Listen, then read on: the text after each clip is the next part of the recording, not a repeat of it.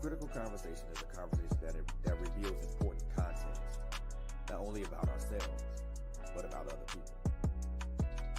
Critical conversations edify, heal, and provide substance. Join Latanya Harris Gooden as she introduces us to critical conversations right here on Trailblazers Radio. Hello, everybody. This is LHG. I am just coming to let you know that I am an independent paparazzi jewelry consultant. You didn't know that, did you? Well, now you know. So I would love to be your personal jewelry lady. Paparazzi is an amazing company. We sell nickel and lead-free jewelry. We are known for our $5 bling, but you just need to know there is an exclusive Z collection that's $25. It's the bling of all bling when you're really going out on the town and you want to show up absolutely fabulous. So we have items for women, for men, and for young fashionistas out there. We don't discriminate. If you need it, I'm sure we got it. You have the opportunity to follow my page on Facebook called Polished on Purpose, a VIP group. Follow my personal page, Latanya Harris Gooden. And I have my own website that is at your disposal 24/7. So many ways to shop. So let me be the one that makes sure you are accessorized the way you should be. Because I want you to be polished on purpose.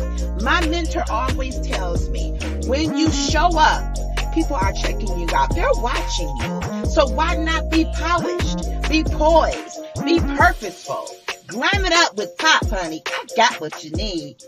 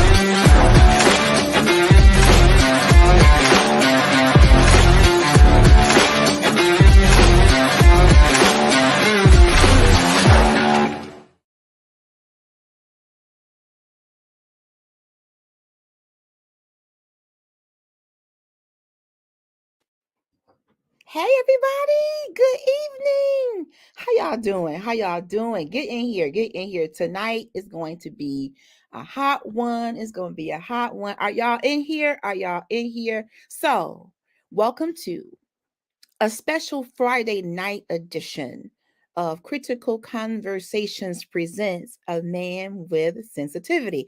No, I'm not a man. But we're going to be talking to a man. That's going to be my special guest and possibly a couple of brothers that might roll through. But I am married to a man. I have a dad. I have a stepfather, aka dad. I have brothers in my life. So I think that this is a discussion worthy of having. If you saw my commercial, as you see on the beginning of every show, hi, Auntie Diane. Y'all roll on through here tonight. I am a paparazzi consultant. For those of you who love jewelry, we do sell men and women jewelry, and I have so much to offer. I'll make sure I put my paparazzi website in the comments. Thank you for joining, Auntie. I just love you so much. You have such a beautiful spirit. So I also want to remind you all, I haven't mentioned it in a while. If you've been following Trailblazers and you know that Coco Fenton, our sister, we still have her GoFundMe fundraiser going on. She has an autoimmune disease that she's been battling for many years. There's treatment available that's not covered by insurance. We've been trying to raise funds for her to get that treatment over a year's time so that she can get better. I will make sure to get that in the comments soon as well. Tag your friends, tag your female friends, your male friends. We are talking about men with sensitivity. I'm going to pray and then I'm going to bring my guest up. Also, the other commercial you've been seeing is the Business Mixer event that is going to be brought to you by self-love and business guru Kyle Shonda, Chayil Shonda, Chanda. I suggest you follow her. If you need to know more about self-love, self-awareness, business etiquette, she's amazing. This Business Mixer is going to be phenomenal. She's coming on the show on Girl Chat Weekly on May 23rd to talk to you more about it. Tickets are going fast. If you're in the Michigan area, you need to be in the house. If you've been thinking about starting a business, you've started one, but you're not sure where you want to go. If you want to know what you can do for your family as far as legacy in terms of business, you need to be in that room. There are going to be some very influential and powerful people in that room speaking information that will change your life in terms of setting you up for success. All right, let's pray. And we got a good show tonight. So, Father, in the name of Jesus, I thank you for the gift of life, breath, health, strength. All five of my senses are working. The ability to be able to think, to live and move and have my being in you. I thank you for stability. I thank you, Lord, for the victory in you that you've given me. No matter what we face, God, we still are claiming the victory through you, Christ Jesus. Tonight, God, as we talk about the brothers, our men, there's been so many myths and lies and incorrect doctrines that's been spoken into our brothers about not expressing emotions. Some of our brothers are broken, afraid, confused, lost. And tonight we talk about the fact that you made us as humans and emotions can be male or female. No one should have to cover up how they're really feeling and try to maneuver in this life emotionless like a zombie. So God, tonight let something be said or done that brings freedom, that brings healing, that brings peace.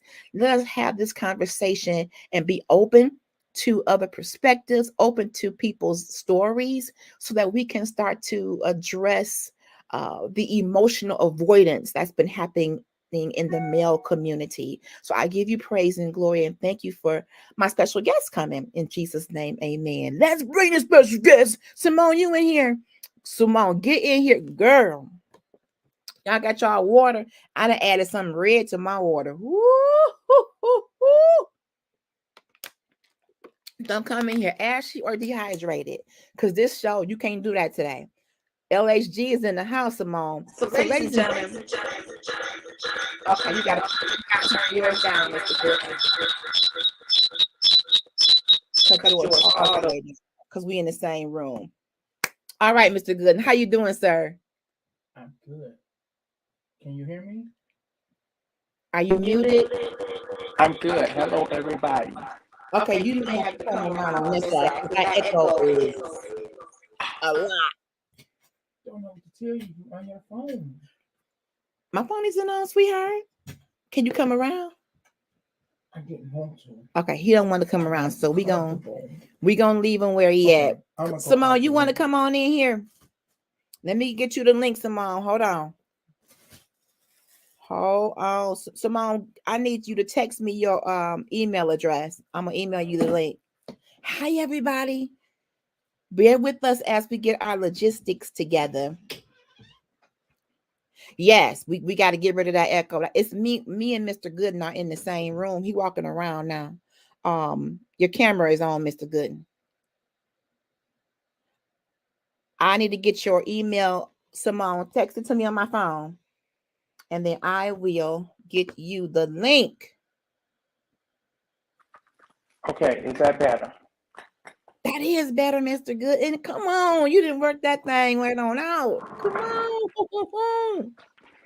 As soon as I get your email address, Simone, I'll get you the link. Listen, y'all.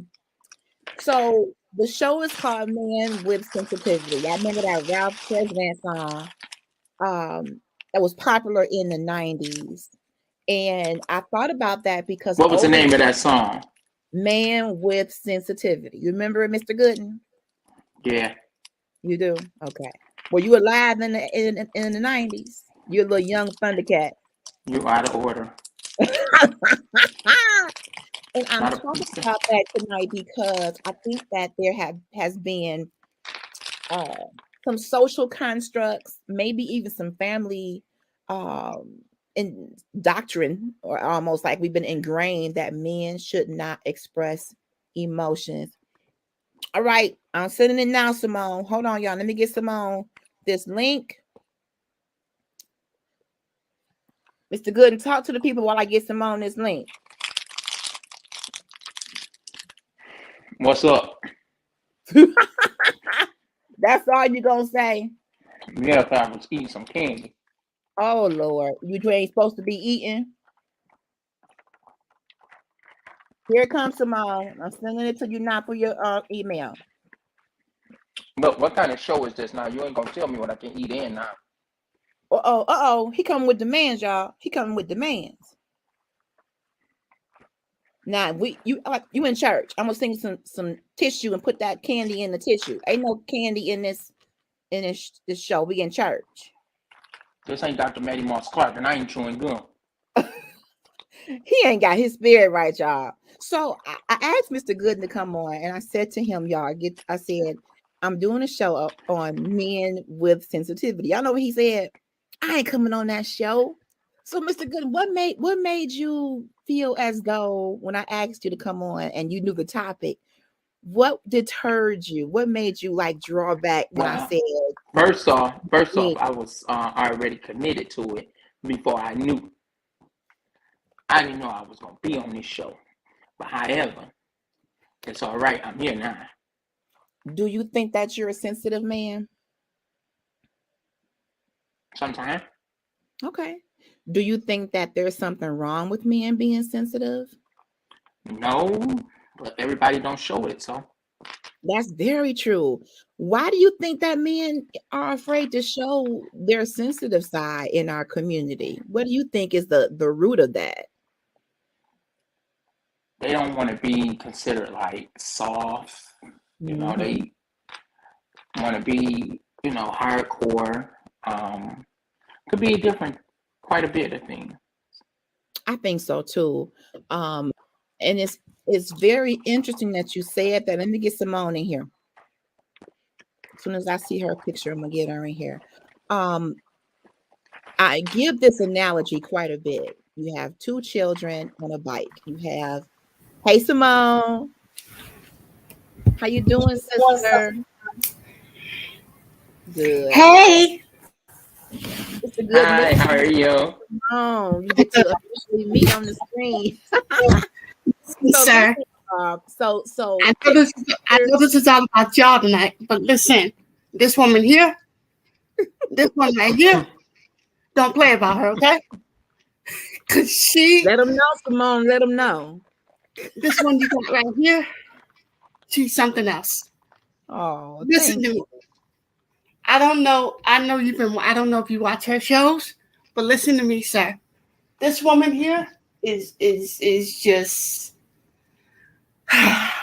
okay, because she is, I don't know her personally, but I'm telling you, she is the sweetest angel I've met. Thank you. Thank you. And it's just through social media, like literally. But however, comma, exclamation point, whatever you want to call it. This woman and her jewelry business okay, that's for another show. Let's get back to the topic. Thank you, Simone. Thank you, Simone. Appreciate it. Are you in Michigan? She's in Virginia. Virginia? No, sir, I'm in Virginia. I wish I was in Michigan so I can squeeze her face and hug her like crazy. We gotta get together, girl. We may have to pay Virginia a visit one day. Yes, let's do that. Listen. Yes. Listen. this woman right here, I listen. The Lord has blessed you and highly favored you. Okay, if you haven't noticed that already, the Lord has highly favored you. Okay, because you're so sweet, girl. I'm so serious. Let me set the stage, because picture two young children on a bicycle. Okay. Mm-hmm. One is a girl, one is a boy. And I've seen this happen in our community. They both fall off the bike. The response to the little girl is always going to be, oh, poor little Keisha. Let me help you. Oh, Lord, she didn't fell off the bike. Come here, come here. Let mama hold you. Oh, Lord. And the little boy is going to be, shut up, Junebug. Get up off the ground. Get back on that bike. Don't you shed not one tear. I don't care. Hey, Lily, I don't care that you're bleeding, the bones coming through the skin. You a boy. Don't start that crying. Shut up that crying. And unfortunately, they the same age, right? They just got off the same type of bike. One, the little boy can be even more wounded than the other.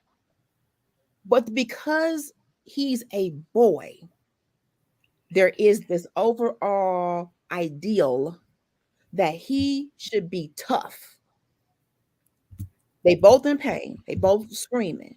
But the little boy is going to be told, get up, wipe your face, get back on that bike. Bones sticking out and all. And the little girl is going to be coddled. And that's how we introduce this idea to men that no matter how much you hurt, don't express it. The masculine part of you has to be, suck it up, dry your face. And you know, I want to add something. You know what's crazy about that? I think because in nature, naturally, because the way God separated us as male and female, He created us as nurturers and as, I guess you want to call it, coddlers. Maybe not. So we're used to, oh, poor baby, it's gonna be okay. You're gonna heal in a few days. It's gonna be okay. And then for them, because we're not technically supposed to be teaching men how to be men. We're now we're in the position to where we have to just say, tough up. Oh well, you got it. Right. Because we're not in a position to, we're not supposed to be in a position to raise men or teach men how to be men. So because, like I said, we're nurturers. So when it comes to our girls or our women, we're like, oh, poor baby. When they hurt, we hurt, of course. Right. So we're like, oh, God, she's in the hospital. I can't take it. Help me, Lord. You know, all the dramatics come out. Right. But when it's him and when it is them, we're just like, boy, if you don't tell up off that floor and go about your business. But we deem emotions as a female phenomenon and not a human experience. That's true. That is true. Oh, and there's this myth that all women are emotional. They're gonna cry. Because naturally we are. We can be. We can naturally we are. But we have to again, because we are nurturers. We're made to nurture because we birth human beings. We're made to nurture. We are. So naturally we are going to be emotional. But guess what, though, Simone? Some women don't have a nurturing bone in their body. Let's just be honest. Even though we as women, I agree with that. We were designed that way. We give birth. We bring forth life. But many of us as women, we don't even know how to nurture. And it can come from our childhood. Now, I was just going to say that. I was just getting ready to hit on that.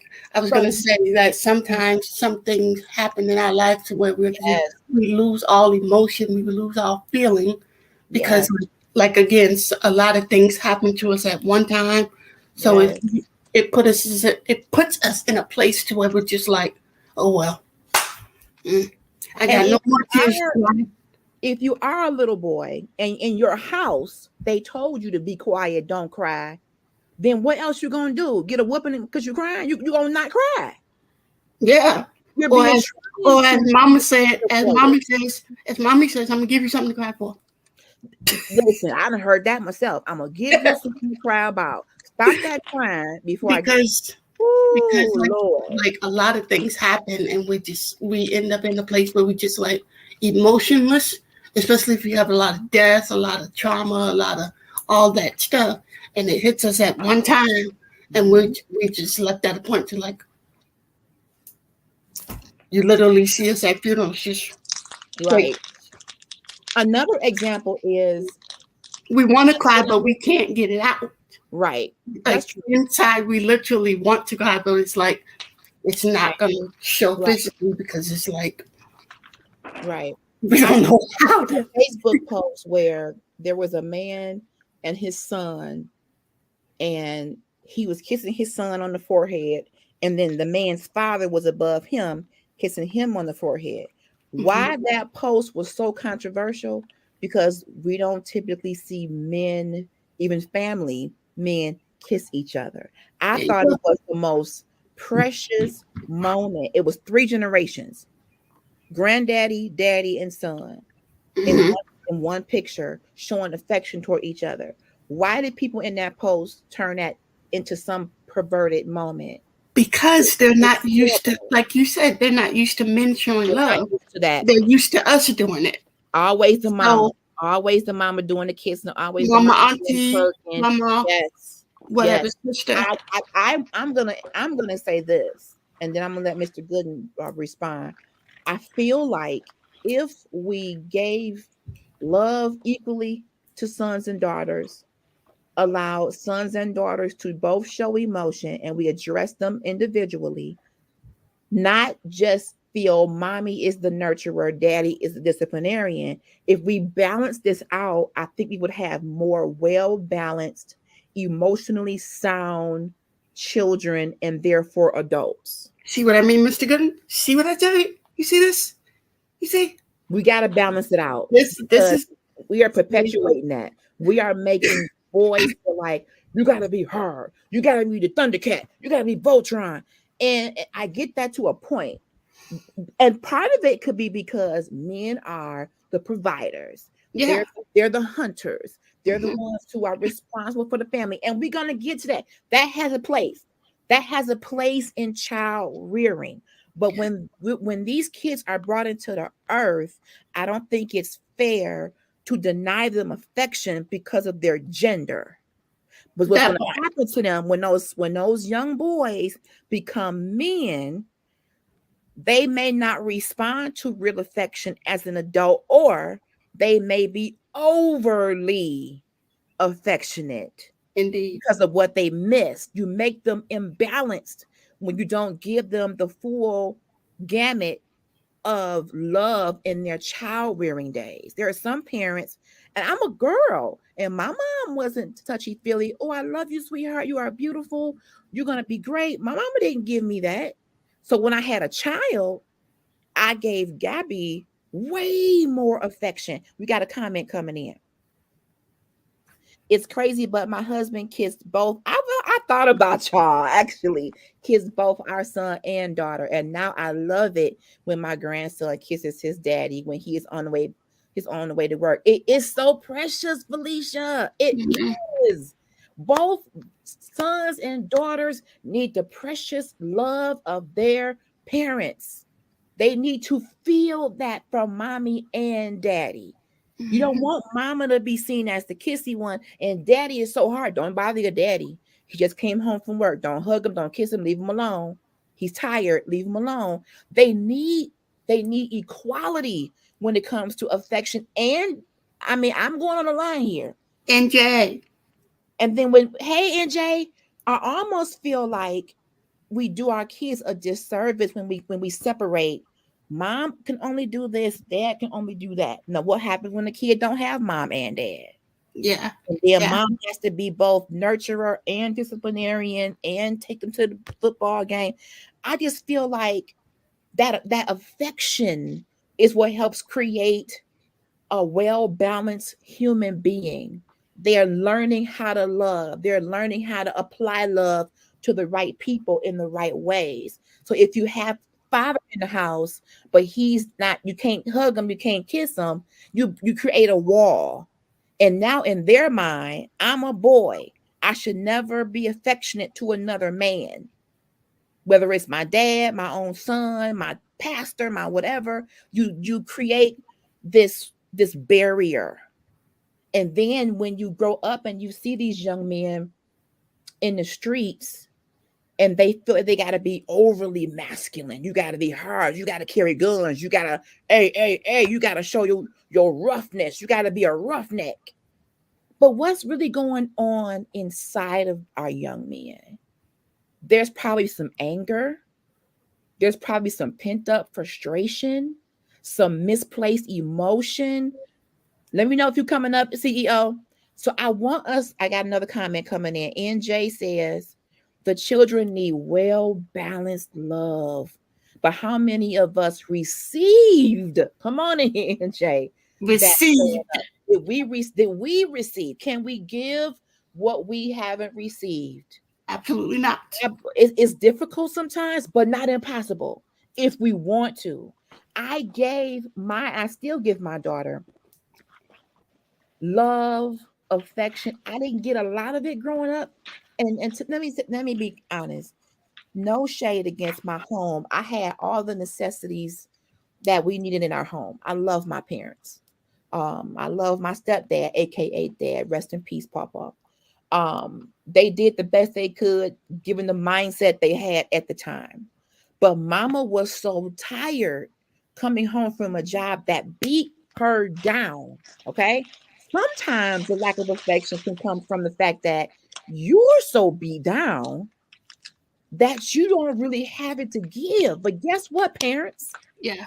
Don't penalize your children for what the world is doing to you. Yeah, and you can't pull from an empty cup either. Come on. So if you don't have that love in you, then you can't give it to the world. That's why he said, I've given my only begotten son. Yes, all he had. You gotta be hooked up to the Lord. A lot of us parents never healed from their childhood. Yes, no, that's true. That's true. A lot of us never healed, but those of us who are believers, okay, we have a God who can fill those deficits. And if anybody has been watching me and watching my show from the beginning of the 6 months where I started, I spent some time talking about my trauma, but then it hit me. Yes, I had the trauma, but I had some good times in my home too. I don't want to always give the publicity to the bad stuff. Did it hurt me? Yes. Did it scar me? Yes. But because I didn't get certain things in my home, it made me say, when I do have a child, he or she is going to know I love them. I want to be tender towards them. I'm the parents. You're the first glimpse of what love looks like. They don't even know God yet when they come in the world. God created them, but they don't know who Jesus is and that he's the epitome of love. So guess what? Oh, Miss Diane, I'm so sorry. No. So sorry your brother passed away. We are praying for you. Love you. And I will be after the show. Praying. So sorry, Miss Diane. Oh my God. Oh man. In the world, y'all. This is another reason why we gotta show love.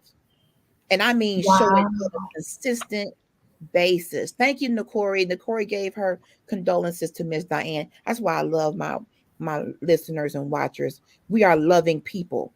But for me, because of the deficit that I had of that tenderness, and not that it was mama's fault. Mama had a very stressful job. And when she came home from being overworked and misunderstood, she didn't have much left. I went through that too. In corporate can sometimes beat you down to the white meat, to where when you walk out that job, you don't really have much. But parents, we got to muster it up. We got to muster it up from somewhere, from the Lord, from prayer, because these children are hanging on to your every word, what you say, what you don't say. And if you don't show them love, You risk them getting it from another source where it's not real. Mm-hmm. If you parents, And mothers, I've learned fathers that so much through are not childcare. doing it, I've learned woo, that so much through my childcare experience because it was like you don't know what they've been dealing with through their, through their life. So it's like once you get them in your facility and you see how they act certain ways, and you just like, oh no, I'm not tolerating that. Absolutely, you ain't doing that in my classroom. But then I had to sit down and realize I was like, mm-hmm. oh, like Yeah. my boss had to, continue to remind me that some of these children have dealt with a lot. Yes. Many of these children have dealt with a lot. Let me go to Mr. Gooden. Mr. Gooden, if you are comfortable in talking about as a little kid growing up, whether in school or home, what was it like in terms of the comparison between how boys are treated versus how girls are treated? Well, growing up, it was very different Mhm. because my grandmother raised me, and it was me and Aisha, my aunt, in a home together. To Okay. where um, Yes, Nakori. my aunt Sandra really took me out and about and did stuff. Like if her and Isha went to the hairdresser, me and my uncle Whitney would meet them at the mall, Mm-hmm. go shopping, eat, whatever, what have you.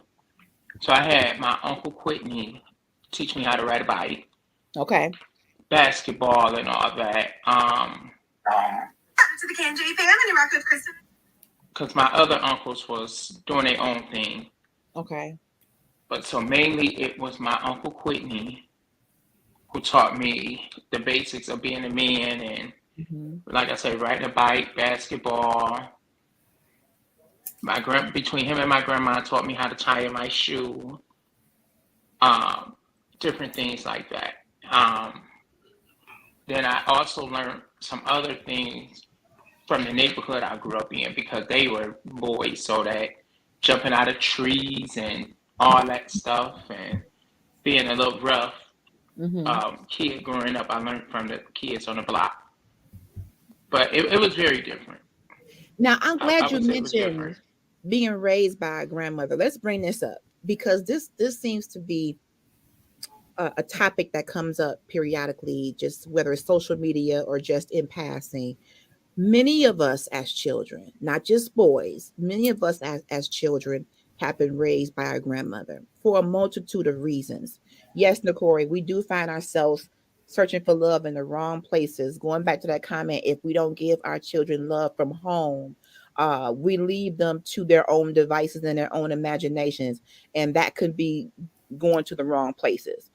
Many of us have been raised by grandparents. That's still happening today, whether it's because a parent has drug addiction or is just not fit, whether a parent has a demanding job and needs the grandparent, grandmom, granddad to step in. Whatever the reasons are, many children, I can't speak for any other community, but in the African American community, many of us have a strong background with our grandparents. I'm one of them. It has been said, I'm not saying that this is true, but I'm going to put it out here in the atmosphere that if a man is raised by a woman, grandmothers, big auntie, cousins, that he is more susceptible to a more sensitive behavior because he's been around all women.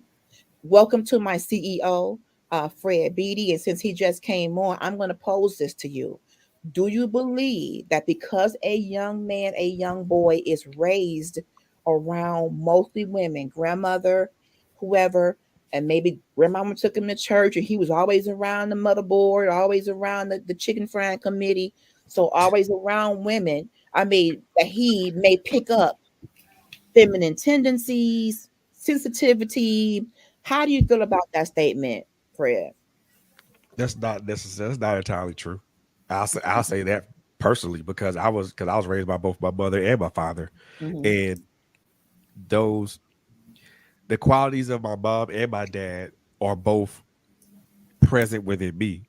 Right. I got the the steadfastness and the hard edge from my father, but also the softness and the caring and compassionate part of me from my mom. But also I personally saw my father show compassion and care and show caring for other people. So watching him do that for other people as well, do that for other people and everybody and other kids in the neighborhood, especially when we were playing baseball in the park. Oh my gosh, it was to see my father at work, with being just as compassionate and caring with other folks' kids, but also showing us the same thing, compassionate, love, and caring. That put me in a vein of like, okay, I don't have to be this rah strong dude. I can show compassion for other people. I can show love and caring and concern for other people. So that particular theory is not entirely true, because I mean, just because a man's been raised by his mother primarily doesn't always equate to sensitivity, to a guy being sensitive. In some cases it is, some cases it's true, in some cases it's not. Like I said, I was raised by both my mother and my father, so I saw those quote unquote sensitive qualities in both my parents. It's just something I tried to emulate from watching both of them and seeing them demonstrate it. That's good. Now you made a good point when you talked about your father and having those moments in the ballpark. Those tender moments are necessary between father and son. Going to the park, going to get ice cream. Children in general, need to be able to experience those tender moments with their parents. Now, my take on this, as a single mom raising my daughter prior to getting married, I've been blessed to have two of the greatest godparents for my daughter in the world. So where she did not have a father per se in her life, she had a godfather, she had uncle, she had two grandfathers, one is deceased. So there were men in her life that showed up and that still show up. So she has some balance. But when it comes to young boys, there are plenty single moms that are out here raising young men. And as Simone said, no, we can't teach a boy how to be a man, but what we can do is surround them with people that can help in that area, be it someone in the community. And this is going back to community. And this is going back to the village concept, where if you see a need, you feel a need. But we are so siloed. Everybody in their own space, on their own. Don't talk to me. I'm not helping you. You ain't got to help me. It's me against the world. The times have shifted where the village concept, and I talked to my husband about this. My husband got about 275 aunties. Wow. Exaggeration. But only 5 of them probably are, or 3 of them, 2 of them are actual family. But the point is, there's people who love him, have loved him from his infancy, and became in our community, y'all. I can't speak to nobody else. In the Black community, auntie is a big thing. If somebody call you auntie, that's vice president mama. That's like, I love you like a secondary mom, and you looking out for me. And aunties can whip your butt back in the day. I'm not sure if that's the case now, but nope, it's not. It's not. Nope. Because whatever mama couldn't do or grandmama couldn't do, auntie would get a hold of your tail and light you up, and you make it when you get home. I don't know. I don't know, because I do have that one aunt that has whooped me. Bad. Listen, bad tail. And this was probably Corey. Wow. had to be about maybe 16, 17. Mm-hmm. And Yes. may her son rest. Rest in peace. We were up playing the game probably to about 2, 3 in the morning. And she thought I was gone. And I did tell her, Auntie, I'm gone, and ended up being at the house. And I got in trouble because she said I told her a lie. And I did not leave. I was there. I called my mom and told her where I was, but I stayed at their house all night. We played video games all night long. When she got up to go to work that morning, me and her son was still playing the game. So yeah, she did whoop me. Okay, and I call her auntie. Yeah. I still call her auntie to this day. So, so question. Butt whooping. Go ahead, Simone. She thought you left the house, but you didn't. Yeah, leave the house? I told her I was leaving. I said, "Good night, auntie. I'm gone." That's good. When she went upstairs to her room, I went back in the room with her son, and we continued to play the video game. So you pretended like. And I got in trouble. Got it. But when we're my mother didn't do nothing. I'm like, dang, it's my aunt. And I believe that my husband is very sensitive. And that's one of the things that I actually love about him, because my stepdad was sensitive. Now, here's the thing. Not every woman can cohabitate cohesively with a sensitive man. Growing up, and without going too deep, my stepfather, he was in tune to his emotions. He had no problem crying. You know, he felt everything very deeply, very loving. We had moments I couldn't stand him, may he rest in peace, but God. Intrinsically, he was a emotional kind of sensitive guy. My mom, on the other end, is a very strong, very aggressive, assertive, take charge, control the show, take care of everything type of woman. So at times there were some clashes because she was expecting him to be harder, tougher, more take charge or type of thing. And it was kind of an imbalance. So when my husband and I got together, first of all, we've been knowing each other since we were children. So I already knew that Mr. Gooden was sensitive. And I liked that about him. Then he was also very kind-hearted. He was the kind of young man that will open doors for you, watch out for seniors. And that's been his way since he was a kid. He's still like that now. He may not admit to being sensitive, but if he sees something or feels something, yes, he may cry. When he got the news about his grandfather, yes, I'm like, let those tears out. That's the man who stood by you through a lot of your lifetime. So I believe that we sometimes as women make men feel inferior because they're showing emotion, and we feel that's reserved for us. So I want to get into that. Let me see what NJ just said. How do you walk in your femininity when being with a sensitive man? Ooh, that's a good one. That's a good question. You have to want to. Just because a man is sensitive, it doesn't mean he isn't masculine. It doesn't mean that a woman has to become masculine.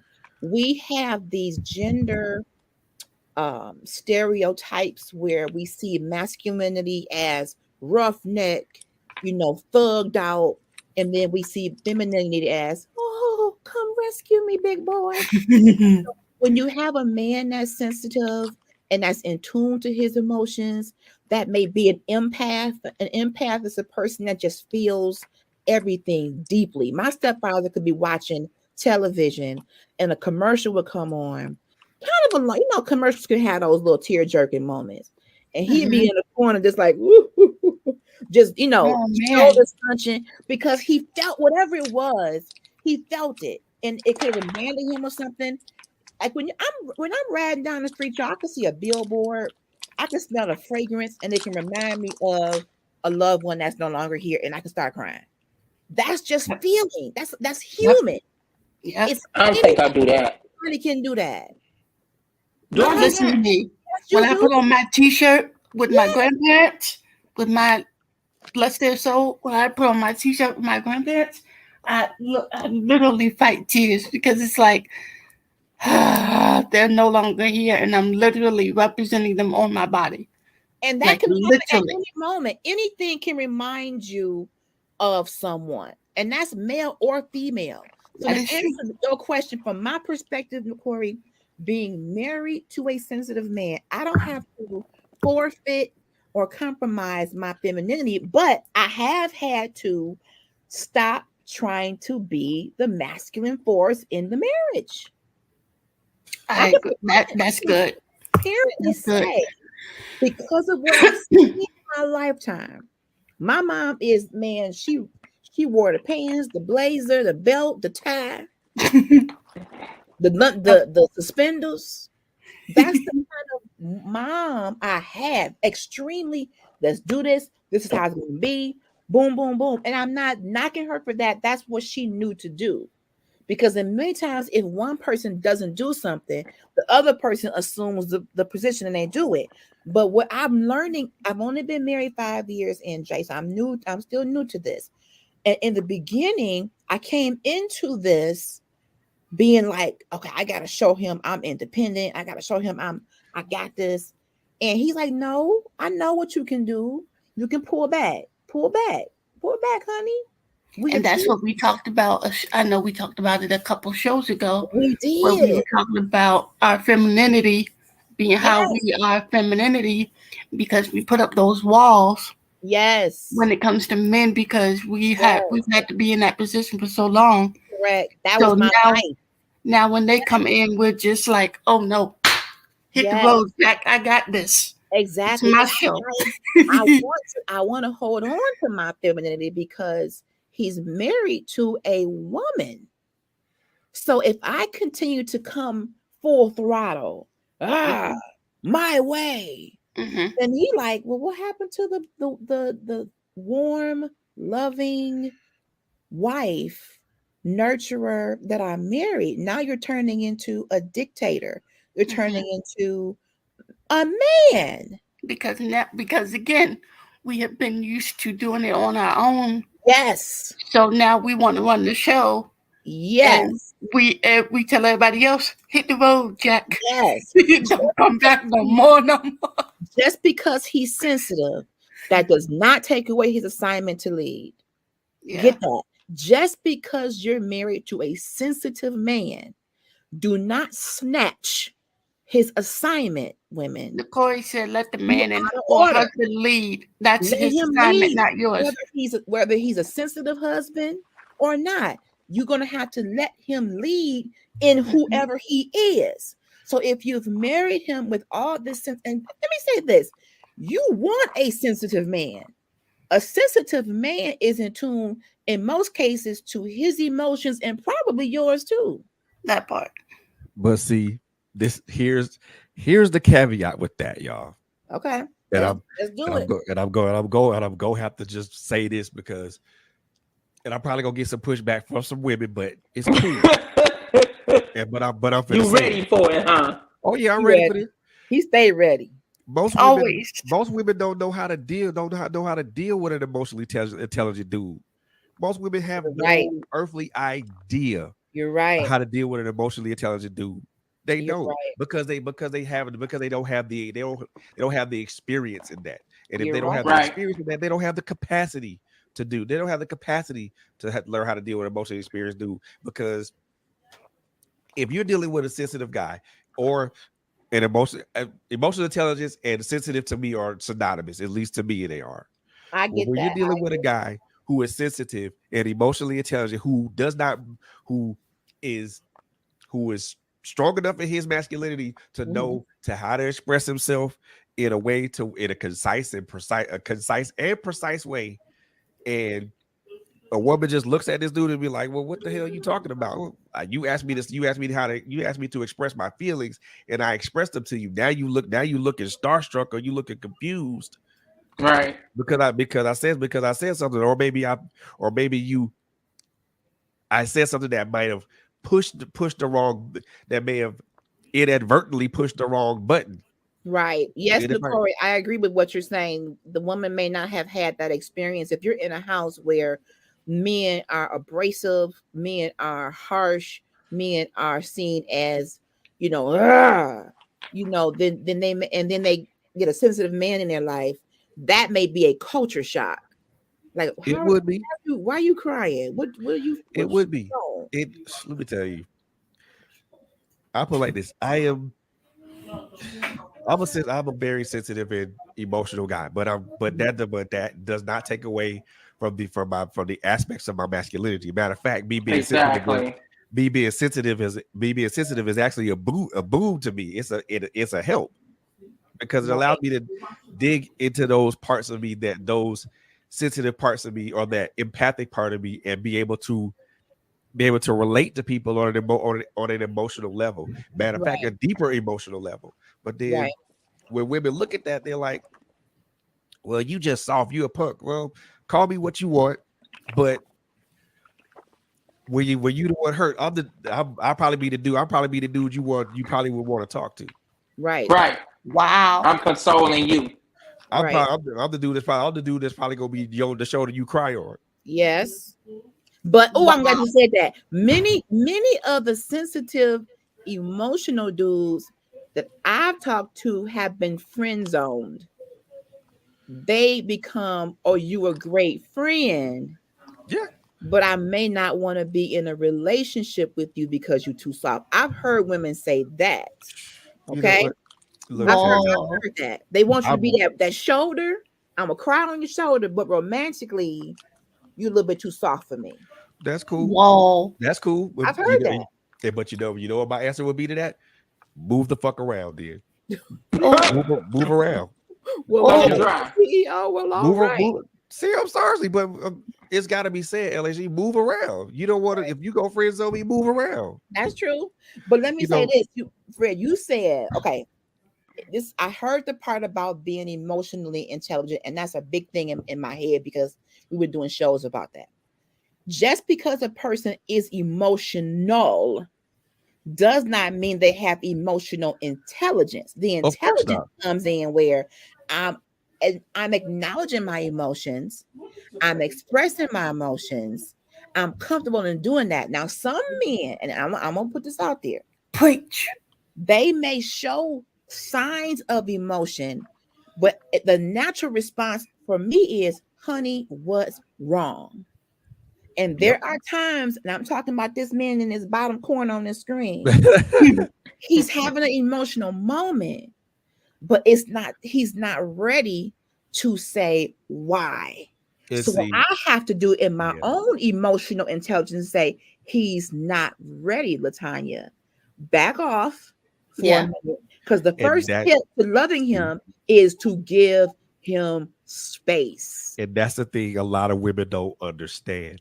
They don't get that part of it. If I'm having a moment and I'm not really speaking or not being talkative or anything like that, allow me that space to kind of analyze, put this into some words that I can put them in. Give me a moment to kind of put this in its proper perspective, and then come back to me. I agree with that, Fred. I agree. And we'll talk about it. That's why I say I'm so glad that I'm with the person that I'm with, because she knows that I'm a sensitive person, and that's the thing that she loves about it, because she knows I have empathy for people, but she also knows sometimes that empathy can get me in trouble. So that's why I'm glad I'm with the person I'm with, because she helps me reel that empathy in, especially when it has no place. Right. She balanced you out. There you go. Right. LHG does the same for me. Well, thank you, sweetheart. But I think that goes both ways. I think that goes both ways for male and female. Yes. Because we both, when we do have those emotional moments for both of us, we have to have that time and that space to say, okay, what is, like Ayana, whatever her name is, she says, sit in your feelings. Yes. Like to literally analyze and sit there and like, what is going on? Right. Like, seriously. Like, and it goes, and I agree. Right. Because in those moments, if we don't sit and think about our feelings, a lot can happen. That's true. But as a woman, Simone, as for me, I am a natural communicator. Mhm. I want to talk about it, and I want to talk about it now Mhm. because I'm not going to be able to rest until I know what's wrong with this man. Well, So Yeah. I'm learning, sometimes now wait the time. and I had to learn that, and I'm still learning that, Fred. I'm learning that because that's what I'm used to. I'm used Right. to, okay, I need to know what's wrong with you because I want to fix it. Nope. Women Because when we're nurturers, we're fixers. We want to yes, be fixers. I want him to tell me what's wrong so I can come up with a solution. But that may Mhm. not be my place Nah, to do that. We want to not at be that time. problem Not solvers. at that We time. want to be problem solvers. Not at Yes, that Yeah, time. because we've been able to birth you, so now we're like now we want to we're fix it. we're in that place of intimacy with you where Yes, we're like, Right. okay, what's going on? right. Because we gave you life Mm-hmm. in some form or another. We gave you life, so Mm-hmm. now we're still in that intimacy stage with you where we're like, okay, when you break down, we're like, yo, what's up? But sometimes, looking at the biblical standpoint of being a help me, I want to help. But sometimes help means back up for a minute. Yep. You can't Pull away. determine how to help gonna look, wives, girlfriends, well, wives, really. Mm-hmm. If you are dealing with a marriage and you're married to a person, and the Bible is saying you're the help meet, you're that rib. Sometimes that the help that you give, you have to tailor it to what that man needs in that moment. And if he needs a breather, now come on back to me now, Mr. Good. Come on back now. Don't like hey now. It's been 48 hours, bro. Uh you good? When we Knock gonna knock. What's when we going gonna on? help? I mean, and that's about communication. And you learn your mate, you learn what that breathing time looks like. It may be tomorrow, it may be 2 days from now, depending on what's going on. But if you keep inching, as my husband says, teaching and teaching and pushing and pushing, it turns into nagging. Yeah, Yep. And it can come across as mothering. yeah. Hashtag You, we ain't you, they mama. yeah, because you think you're helping, but You you think just you like, are, but it's coming you're like, across like mama. What's wrong with you? Come here. but Or unnecessary Yes, aggression. NJ. Clear Unnecessary aggression. communication. Yes, because and let me tell y'all something about LHG. My background testify.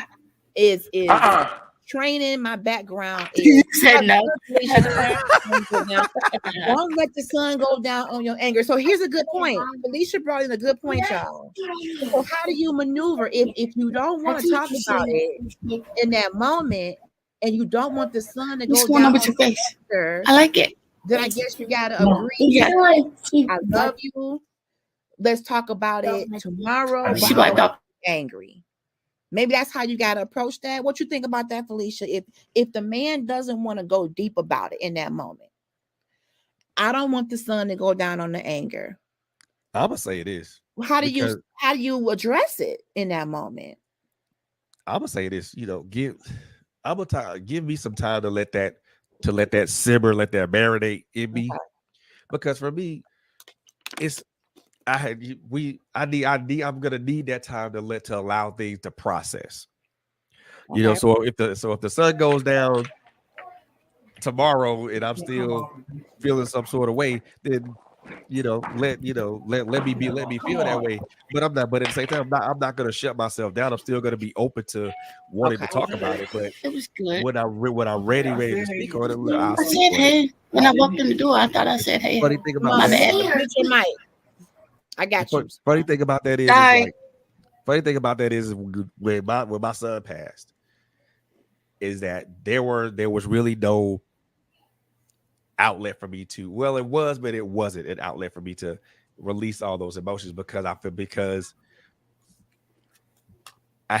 like I had to be this stalwart person Mhm. and try to hold myself and my family down because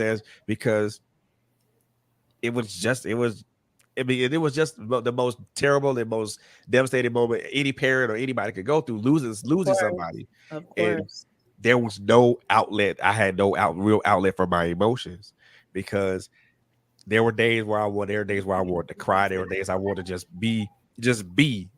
by myself and just allow myself to kind of process everything. But I didn't have a chance. I didn't have the opportunity to process because at that point, life still had to go forward. Life still had to move forward because I was like, I don't have time to, I can't take a time out for me to process what I'm going through because if I take a time out to do that, I'm gonna be looked at as being a soft dude, and all the dudes that all the guys that I was around called themselves quote unquote I'm a man's man. I don't like sensitive dudes. You being a little too soft for me, bruh.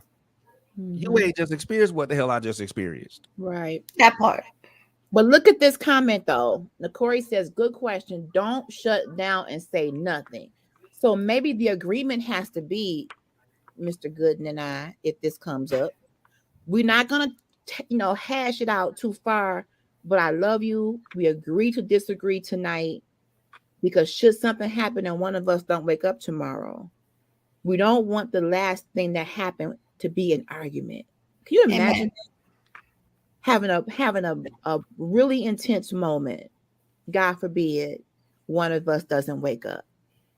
And then you have to live with that was the last encounter I had with him or her. I hope they knew I loved them.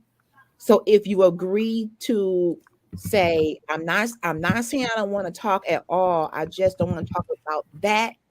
But I love you. Let's agree to table this. It goes back to Nakori's comment. Clear communication. Don't shut all the way down. And sometimes in the sensitive moments, we, men and women, tend to do that because it's becoming overwhelming. Yep. It's becoming overwhelming and I don't know what to do with these feelings. So now I'm in shutdown mode. So for me, if it's Mr. Gooden having that moment, I may have to say, okay, sweetheart, I feel like we should table this. I want us to have a good night. Let's have some dinner. And if it's the other way around, and it's me having that emotional moment like this morning, I was in a very emotional state, and he came and consoled me. I'm way more talkative when it comes to emotions than my husband is. We're learning each other. That's what you do in marriage. You learn each other's love languages. My love language is talking, but it's not that he doesn't love me when he doesn't want to talk. It's I need to give my husband the space to become emotionally intelligent and say, how am I going to navigate with how I feel? Why do I feel it? Emotional intelligence is I'm going to sit in it and I want to, why do I feel like this right now? What triggered me? Yep. Emotional intelligence is saying I need to understand the triggers and the landslides. Yep. There's a trigger and there's a landslide. Something happens and is said to you that totally knocks you off your square and sends you into an emotional frenzy. That's a landslide. Ain't no trigger. That's something that's almost like an avalanche effect. So maybe the next day he may come back and say, honey, I've had a chance to sit in that. And when you said what you said, it reminded me of what happened to me 20 years ago. I don't know if you know this, honey, but I had this going on. And when you said what you said, it just took me into a really bad place. You probably didn't mean it, but can we talk about it? Because it really was a trigger, AKA or landslide. Bishop says in a relationship, you need to address these issues.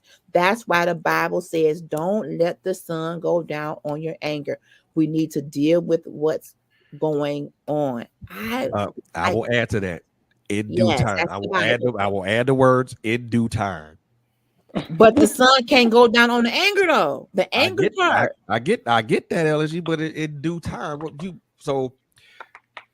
you mean by in due time? What I mean in due time? What I mean in due time, give me the chance to process. Okay. Give me the chance to anger part though. Analyze. We don't want the sun to go down on the anger. So that's going to take a mature human being, man and woman, if you're rooted and grounded in the word, it's gonna take saying, how do we honor the word and say, this moment got me angry. I don't want to take this anger in through the night. So can we say, I love you? We can table the meat of it, but there's something that we need to discuss in the morning. But can we at least get rid of the anger? Because I'm gonna be honest, I hate when we mad at each other. Me and Mr. Gooden. I hate it. Is the most uncomfortable. You on one end of the bed, I'm on one end of the bed. I'm not. Give me that blanket. You ain't getting no cover. Not my pillow. That is not. That really is uncomfortable spiritually, mentally. It is. You don't want to be honest with y'all. Like, I ain't saying nothing. He ain't saying that. We stubborn, two stubborn people. We are married, and if we go out of the word, I want us to get to a point, couples. I'm not saying we got to be up to 3 a.m. doing a bullet point presentation. But I'm saying, we not doing that. Absolutely not. Now, I would. So you're gonna take your own words in, right? I would like to do that. Yeah, we not doing no bullet. Not at 3 a.m, no man.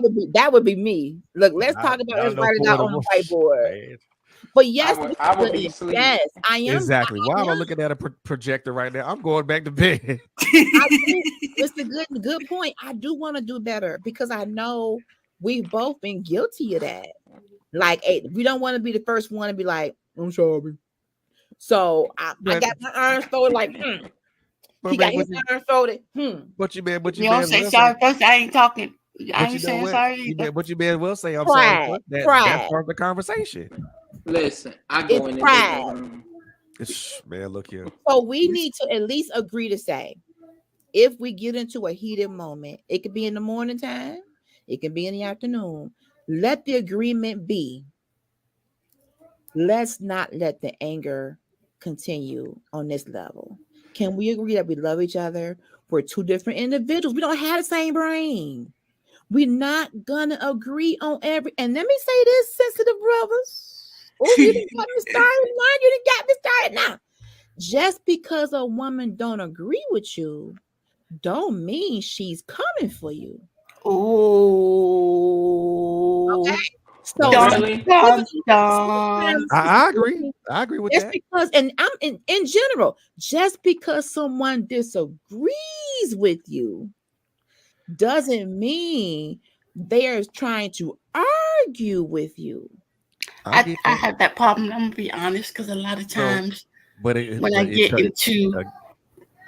into a conflict with somebody, I feel like if I feel like if I get in a conflict with somebody, a lot of times I feel like they're attacking me because they're not agreeing or they're not hearing my side of the story. So I feel like they're not hearing me. So I feel like they're attacking me.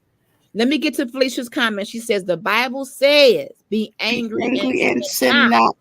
But if your anger is shutting out your spouse, okay, that's a good point. If your anger is saying, "I don't even want to talk to you right now," then that means when you're shutting them out, that's when it's turning into the anger. Wow. Okay, you gotta agree with that and say, "Listen, I agree. Down on you." We gotta agree. It's the word of God. I agree. This is the word of God. And that's Bible.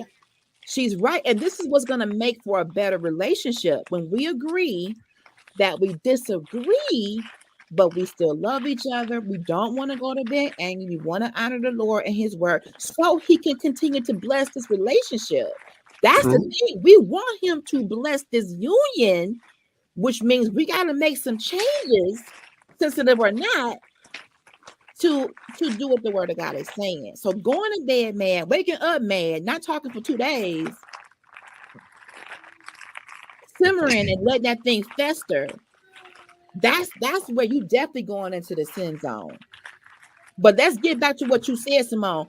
When people disagree, depending on how it's being presented to you, okay, if they present their idea, their perspective, it isn't maybe an attack or depending on their language too. Okay.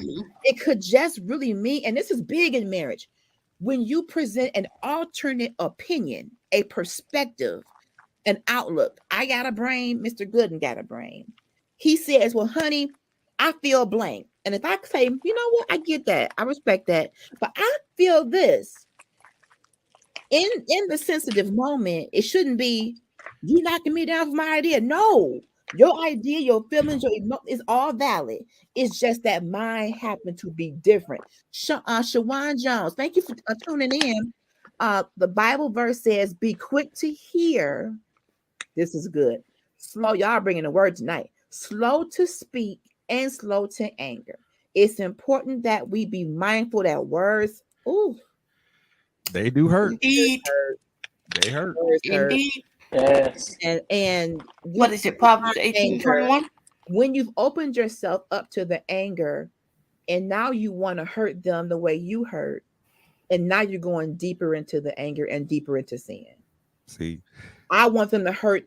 I want them to hurt how they hurt me, and now I'm gonna make the lowest jab that I can come up with. I'm guilty of that, and I apologize, Mr. Gooden, because in that moment I wasn't quick to hear.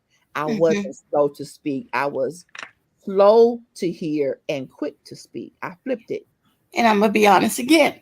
That's how I am in a lot of instances. And we being honest tonight. That's why we do these discussions. I am a lot of times. A lot of things. I know we've heard this, but I think it goes. We want to hear in order to respond. I think that sounds good. Rebut. Yes. I get my rebuttal. Listen, I be like this. But I want this ready. One. Read this. Ready. Come on. When I say I'll be ready for a comeback. When I say I'll be ready for a comeback, you just go. It's just like I'm trying every day to learn that a lot of things don't need a response. Come on. When I say I'm trying to learn Girl, you are in my deliverance package.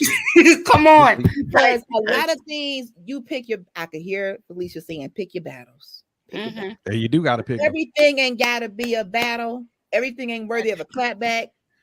Sometimes if you pursuing peace, and Mr. Good knows I talk about the pursuit of peace quite a bit. If you're pursuing peace, I'm listening to my husband, not to respond, but to hear him. How do you respect and love the sensitive man? You hear him out. You don't interrupt. It's like customer service. They teach us to try not to interrupt the customer. Let them get out their problems so you can understand what it is. Don't keep interjecting. Just let them get it out. Whatever it is, just and don't do double dutch. Oh, I'm about to jump in. I'm guilty. This is my part right here. Like double dutch, baby. I'm about to, as soon as he goes, I'm like, look, but and communication is key. You're right. But very when you so. are dealing with a sensitive man, sensitive anybody, woman, hear this is just a good practice, period. Hear each other out completely. Go have to. And I'm gonna even add this. We used to do this when I was younger, in communications class. When a person is done talking, how can you tell they're done? They will say, and I yield the floor. Or something like, now it's your turn. Because you don't know when they're done. But they can say something like a cue, like, okay, I'm ready to hear your perspective. And you know what's crazy? That doesn't exist anymore. No. We just say, are you done? Are you done? I'm gonna tell y'all right now. That phrase right there. Now? That phrase right there. You finished. See that phrase. Those phrases right there will set a sensitive dude off. Really? Yeah. Are you done, or you have the floor? No, are you done? Is you finished? Those two phrases right there will set a sensitive dude off. It's condescending. I mean, and I don't think it's just a dude. It will set us off too. Not just y'all. It will set us off too. Because we especially when I've done it. When we're in a deep conversation and we're trying to get our point across, and y'all like, are you done now? Exactly. Like we're literally pouring out our heart. not the That'll greatest. Either one of us, that'll male piss or Greatest female, anybody way. off. we're But literally you have to pouring out our find one heart. that'll work. Find one that'll work for that will sound better. Like I See, Yeah. yield the see, for floor, me, when I make my something point, like I that. just don't say I've nothing never else. heard that one before. I yield the floor. When I make my point, That's I don't say kind of nothing else. a phrase.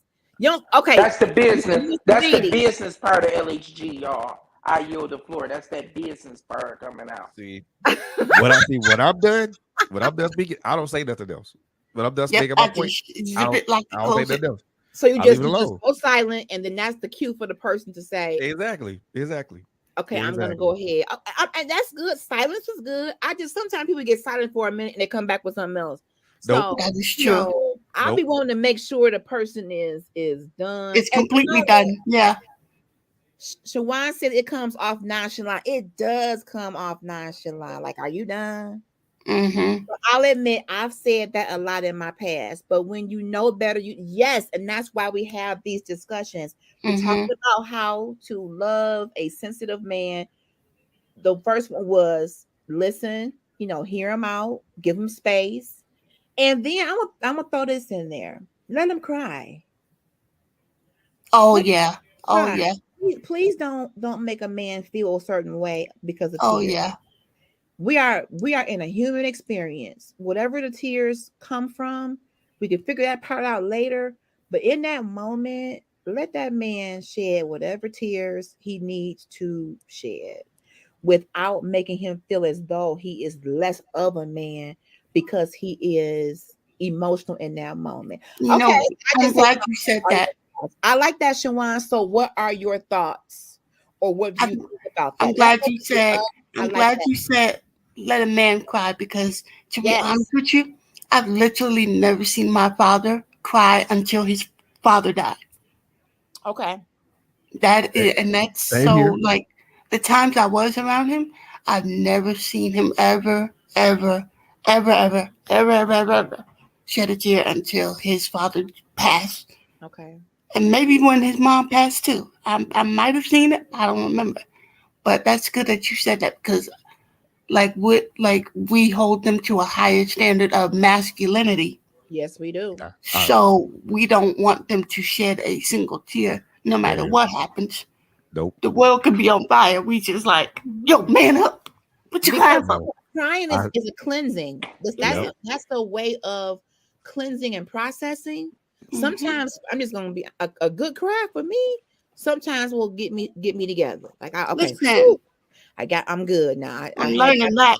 Had a whole moment this morning. This has been an emotional week, but it's like once I got it out, I'm like, I'm good.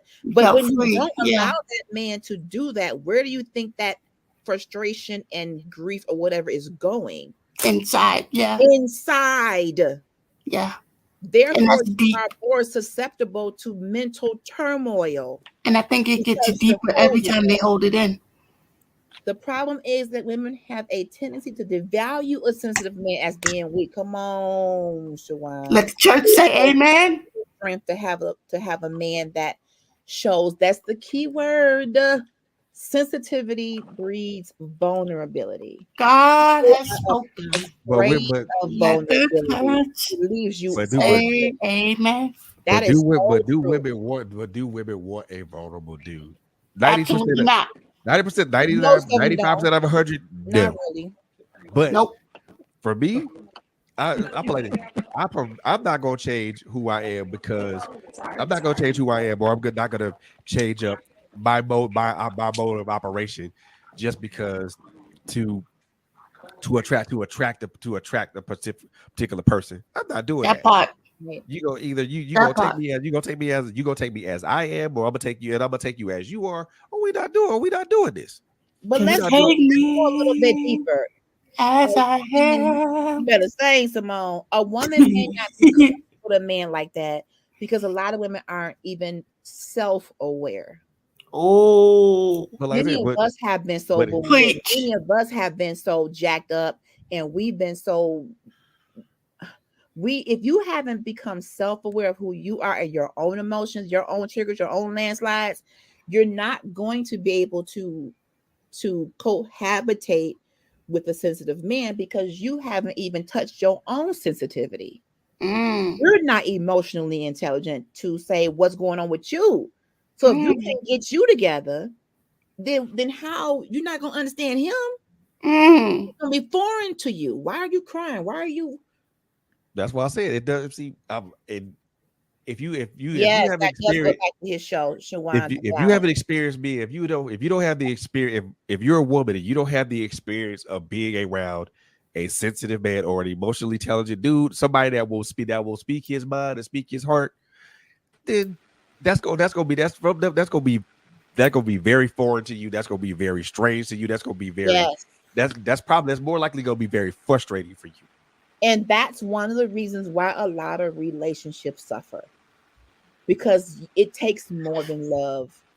So here you You are gotta in a communicate. relationship, in a marriage, where you may love each other, but you may not even understand or truly know the intricacies of a person's past, what triggers and landslides exist. And if you're not communicating, what is it based on? Not only does it take more than love, but it takes more than intimacy. Like, I'm You gotta go actually talking deep. about physical intimacy.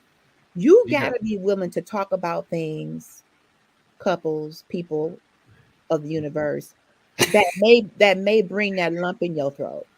Okay, sensitive man, I'm talking to you tonight. So you feeling all these emotions, they need to come up and out, because if they don't, they're going to manifest themselves in other ways. And yes, up and out. You need to regurgitate. You need to let that stuff out. Yes. Listen. I thought of a couple. Comment here. That's a whole other show as to why so many women are operating in masculine energy. It comes from women taking on roles. We talked about that. You spot on. That require them to be the man when no man is around. Single moms, bosses. You know, when we come into to a marriage already in that mode of wearing the pants, it transfers into the relationship. Now that sensitive man is feeling like you are what's the word? Demeaning, degrading, demasculating. Is that a word? Demasculating. There it is. And we do. And we do. Because that we've been operating out of order. For a long time.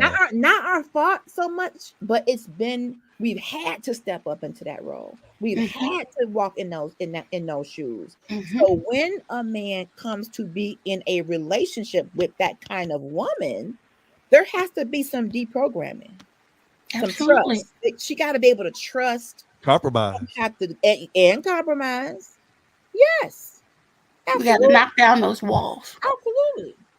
So because again, like I said before, we have built up those walls because we've been in that space for so long. Right. We have built up those walls. We have gotten them up so high. He's trying to climb over them. He can barely climb over them. We've been hurt so much. We almost want to hurt you before you hurt us. I'm going to go and take you down before you jack me up. I'm going to go and knock you out before you knock me out. I've been wounded so deeply. I almost expect you to walk away from me. That part. But see, that's not good either, though. That's not good either. Horrible. But I mean, the way I look at it is like, so if you're expecting me to hurt you, but your defense is already up, and I haven't even made a move yet. I haven't even made any type of aggressive move to even destroy your defenses. The only thing I want to do is just love you and care about you. That's what because and low self-esteem can those do. Walls. We built those walls. We built those walls so high. We expect y'all. We trying to get y'all to climb over them. Y'all can barely climb them. Listen, and now we putting these expectations that are so unrealistic that they're set up to fail. See, I knew you couldn't climb over that wall, that Mount Everest. I knew you couldn't get up that high. I know it. I'll put it like this. I'm only climbing as high as my limitations will allow me to. Come on. I'm only climbing as high as my limitations will allow me to. If you are not going to you're not going to open yourself up to me, and allow me to at least vulnerability. At least experience you in an emotionally intimate way. Yes. Then it doesn't really make a difference for me to try to build because I'm not trying to. Because I'm not trying. I think now this generation is so focused on the sex that we don't really worry about the mental and emotional capacity of a relationship. But see, but the funny thing about that is said, but sex is also an emotional and physical That is exchange. true. It That can is be. true. We got a comment here from Mr. Abston. He feels that understanding a sensitive man takes a lot of work, yes, for the woman and the man, because I feel like a man needs to be able to speak his mind without consequences. Woo! That part. Absolutely. Absolutely. Absolutely. Absolutely. Let him speak his mind without trying to Without rebut repercussion. or emasculate the emotions. Just let him speak what he needs to speak and sit in that. I agree with See, that True. wholeheartedly. it's either both for the moment someone says that I'm too soft for being sensitive, stuff like that. It's for me, it's You going it's a down, it's, Mr. Gooden? No, my phone is dying. Okay. Well, thank you for joining us. I'm charging it now. We're good, I think. You good? for So me. I'm finna get ready to eat me some dinner. Have you some dinner, Mr. Gooden. Thank you for Oh, being on tonight. Have a good I'll night. be back again, y'all. Thank you. Please and thank you. See, for me, the moment that you devalue my the moment that you devalue my emotions, Mhm. it becomes to the point for me where I'm just not gonna be. I'm not gonna be. There you go. I'm not gonna be attached. I'm not gonna be And you're gonna engaged. shut down. Well, let me not shut down all Some the way, might but shut down. certain aspects of me are not gonna be open Right. Yeah. to you You're at gonna that be point. extra guarded. That's when Yeah, you because have the those moment you extra do that, guards. Right. I'm not gonna do that. I mean, and I'll say this, y'all, as I've gotten older, I'm learning more about my sensitivity and my emotional intelligence. Mhm. I'm learning to be a lot more discerning of how Mhm. people talk to me, how people speak to me, how they address me, and stuff like that. The Mhm. one thing that I told my ex-wife, well, that told my ex-wife is that, look, if you want to communicate with me, talk to me, not at me. Yep. That's true. So she said, well, what's the difference? Talking Well, to me is, it's a very big difference. but she act like there wasn't a difference. There's a very Talking big to me is like being intelligent and we having a normal conversation. Talking at me is yelling and screaming. I'm at the age right now. I won't even say the age. I'm at a point in my life right now where conflict in a relationship, man, please. I'm not even finna engage in that. I'm not finna engage in a war. What? I'm not finna Right. engage in a emotional war with you because you think that I'm soft or I'm weak or something. I'm not even engaging in no emotional war with you because that's bad for my emotional health. That's bad for my emotional psyche. And Yes. hell, I'm not gonna do that no way because that ends up being a waste of my time. Absolutely. Mr. Crouch, welcome, Mr. Crouch. Thank you. Anyone that devalues me becomes a non-factor. Boom. You can't be in a relationship and not speak life into your significant other. Oh, That's good. Word. that's deep. That's good. And speaking of Word. that, when you are married to That's a deep. sensitive man, he doesn't need us women to validate his feelings. He needs reassurance that we are on board. The validation that's between him and God. He don't need us Yep. to put our approval. I approve of that emotion. No, he just needs our reassurance. Let him speak. Speak life into your mate. I agree with that. Come on, boundaries. How many of us have them? Yep.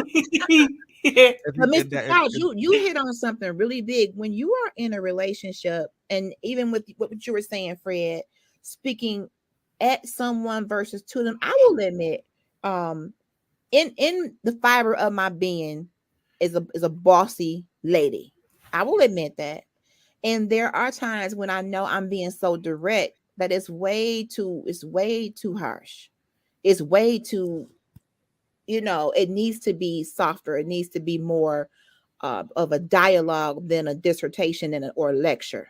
I'm Right. learning that I'm too. a good lecturer, baby. I can lecture Listen, real good, honey. Pass listen. out handouts and everything. Serious. And my kids Do know that all I'm the not your slideshow. student. I'm not your student, honey. I'm your husband. I'm not your Yep. trainee. I'm your husband. You're not training me on something. You are talking to me. So yes, as a woman, I gotta improve. I know me. I know my limitations, honey. I'm just transparent as an open window. She'll take you to know. school. Literally, she will literally take you to school.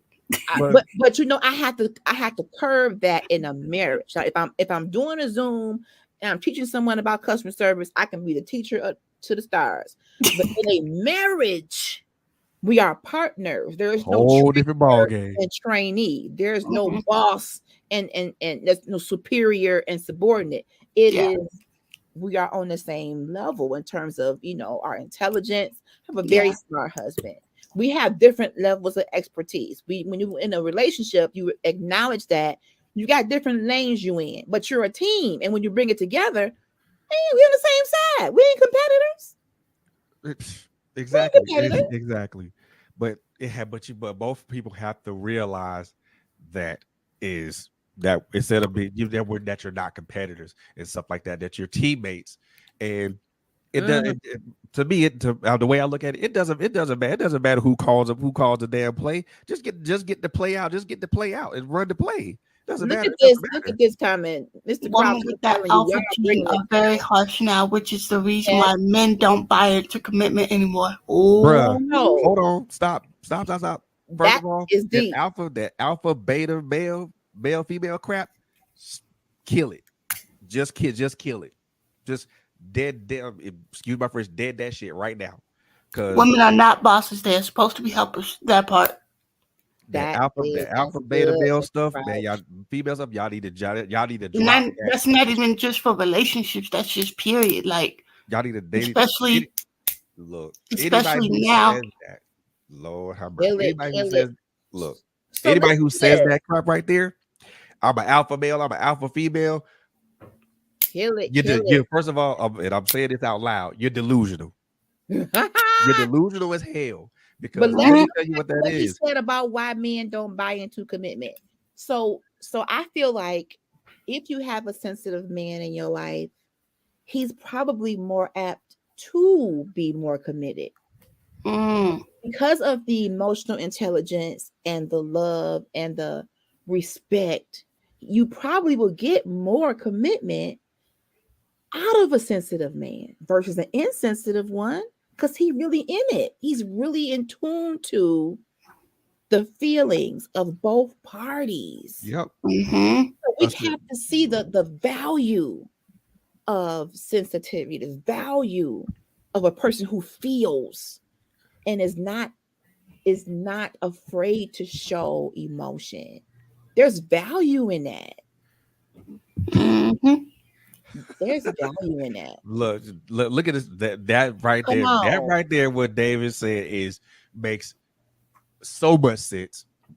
It makes so much sense, and it brings a lot of what we've been talking about home, as far as I'm concerned. Yeah, it does. It really does. The balance of both parents are vital. Very much. So. Parents need to be emotionally intelligent and pour into their children. Both parents need to give affection to their children. Don't just leave that for go to your mama for a hug. Go to your mama. No, Dad. You should give an emotion to the child too. And the thing about competition is not even just about in relationships. It's just period. Like this whole generation, this whole world is literally in competition for whatever reason. Ooh, wow. Mr. Absent says a sensitive man sometimes just wants you to listen to them and not judge them for my transgressions. And that can be tough for certain types of women or people in general, because you're listening and they're forming these prejudgments. But a true friend, mate, helpmeet is listening to know for the information, for the intel. And they can govern themselves accordingly to be a helper to you. I get that. Mm-hmm. Let me say this to y'all. Say this to y'all, to women and men. What a lot of women don't understand about a sensitive man is this: a sensitive man can care about you and love you in a much more emotionally intimate way than an insensitive guy. Probably could love you in a much more intimate way, physically as well as emotionally, as well as mentally as well. Because number one, me personally, I want to know who you are inside and outside. I want to know who you are as a person externally, but I also want to know who you are internally as well. I don't want to know the whole story, the whole story, but I just want to know enough of it for me to be invested, to be emotionally invested, to be That's the emotionally key. invested. Emotional investment. When I in my dating Yep. time, the brothers would tell me, you just talk too much, because I want to get emotionally invested. I want to get to know you. If a man doesn't want to have a conversation with you at a date and he want to go straight, to the intimacy, he don't want to invest nothing. Absolutely nothing. Physical. If a person likes you, loves you, wants to get to know you, they will invest themselves emotionally in you. That's Mr. it. Clark says men are naturally strong, but when you become vulnerable to a woman that's broken, and so many of us are, you Wow. mute his manhood. We gotta work on that. Big Wow. time. No man wants to have his manhood muted. Nobody, no No, man wants no to. man no man wants that. Because when you mute a man's manhood, basically you're just like that's like telling a man he ain't a man. That's When exactly you what mute his that man, is. you give him no voice to speak. And Yeah. I'm like, I had both parents, so I never struggled in being sensitive. and let me tell you Wow. something. A man that does it, does that is not a man is not able to speak, because number one, becomes emotionally unavailable, becomes physically unavailable, becomes disgruntled, disrespectful, mean, harsh, and this is what happens when a woman mutes a man's manhood, and especially when this man was not that to begin with, was not harsh, was not mean, was not ugly, was not quick to cut you with his words. That's what happens when that happens over time, especially Right. when a woman continuously mutes a man's manhood. Right. You basically you create a version of that man who will do what he needs to do just to get by, just to keep you off his back. Right. Let's dive into what Shawan is saying, because I want to talk about this. This is good. This is so good. And thank you all so much for being on tonight. Please like, share, and Thank subscribe, you. and help us to get this content out. So this is good. In a relationship or marriage, it's vital to be healed before being with someone. Otherwise, you have to be willing to be an active participant in each other's healing. So I'm gonna throw Indeed. it out there. Is it possible to be healed from everything, or should you at least have addressed a thing and be on the journey to healing? Or should you make sure when you go down that aisle, everything is really healed, and can we do that? So is this a general question? Yeah, Okay. you want to So I just want to know, is it possible to say, before I get married, everything that I've dealt with in my life, I need to be healed from it? Or can you still go further with it, because at least you have addressed some stuff? Because some people refuse to address it, and then they get married, it comes into the marriage, and now it's a hot spot, a trigger, a landslide, and now you got a whole fire. I love that, Shawan. I want to go deeper on that. What you thinking about that, Simone? I do think it is possible to be healed from everything. Okay. Because of the healer. All right, come on, healer. However, well, there should be no however. Anyway, but I do think it is possible to be healed from everything. And I also believe that there is some time where healing can take a longer process. And I think that's because the only reason why healing would take longer is, like you said, if you don't address it in that moment, or, when it comes up. So therefore, you derail that healing process, which is almost like a recovery after surgery. It is, actually, because if you get surgery like you just had, let's use you as an example. You just had surgery, right? So if the doctor tells you, hey, LHG, I need you to sit down for 10 days. Don't do nothing. Don't go to work. Don't do nothing for 10 days. And you just got to sit in the house and eat and do whatever you want to do. But don't get up. Don't pull no boxes. Don't move no car. Don't do nothing. and you decide, well, man, I'm good. I'm gonna go drive my car around the city. I'm gonna go pick up these 10,000-pound boxes. I'm gonna go do this. I'm gonna do that. You know what you just did? What I do? You literally just derailed your healing process. You want to know why? Facts. Why? Because doctor said, LHG, do not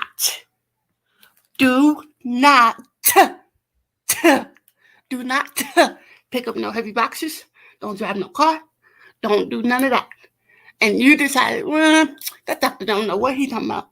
Even though he just completed your surgery. Right. You sitting around, that doctor don't know what he's talking about. I'm good. I feel strong enough. I can lift these. I'm going to help my husband do this and that. I'm going to lift these heavy boxes. I'm going to go drive my car. Now you sitting up in the hospital wondering why your stitches have come open. Ooh, girl. And did. And you're looking at the doctor. You want to go in there and fuss the doctor out because you're like, hey, yo, my stitches done came out. What's open? What's happening? LHG. Did I not tell you last week? Didn't follow the directions and instructions. That part. So, like I said, if you do not follow through with that healing process, it's not going to work. That makes sense. And that's with any surgery. Period. Yeah, I get that. Let's go. Depending on how serious the surgery is, it's still either way it goes, it's still the same. Mr. Crouch says healing is a decision. Period. And being healed. The sentence can stop there. You don't even have to go no further. Broken. It starts with self-love. Yes, you have to want to be healed. First, you got to acknowledge that there's something that's not quite right. I mean, a lot of us have a problem even acknowledging I need to be healed. I'm okay. I'm all right. I'm okay. I'm good. I got this. It's all right.